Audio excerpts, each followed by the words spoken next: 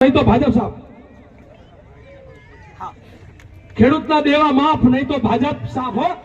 જરા તમારો અવાજ મારા વિસ્તારનું પાણી આમ તો મેં જોયું ટીવીમાં પણ આજ માપવું છે કેટલો અવાજ છે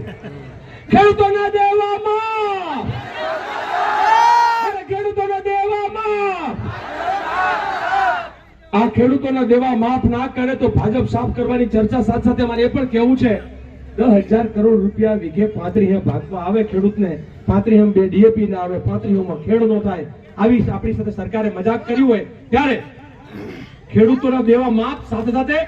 ગુજરાતમાં 40% પરિવારો ગામડામાં એવા રહે છે એ કાં તો ખેત મજૂરી કરે છે ને કાં તો ભાગ્યા છે હું મારી પાસે જમીન છે તો મારા ખાતામાં પૈસા મળશે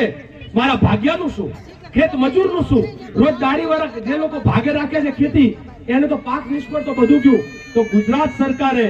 ઓછામાં ઓછા 66,000 કરોડ રૂપિયા ખેડૂતો માટે અને 33,000 કરોડ રૂપિયા એ ભાગ્યા માટે જે છે જાહેર કરવા જોઈએ આ વખત જે રીતે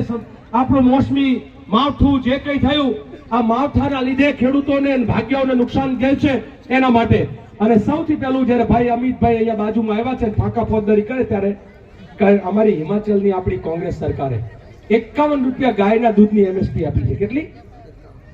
ગાયના દૂધમાં 51 રૂપિયા એમએસપી આપી છે અલા અમિતભાઈ તારામાં તાકાત હોય તો ગુજરાતના દૂધ ઉત્પાદકોને 51 રૂપિયા ગાયમાં એમએસપી આપ અને ભેંસના દૂધમાં 70 રૂપિયા એમએસપી આપ તો અમે માનીએ કે તમારામાં તાકાત છે ને તમને ગુજરાતનું હૈયે છે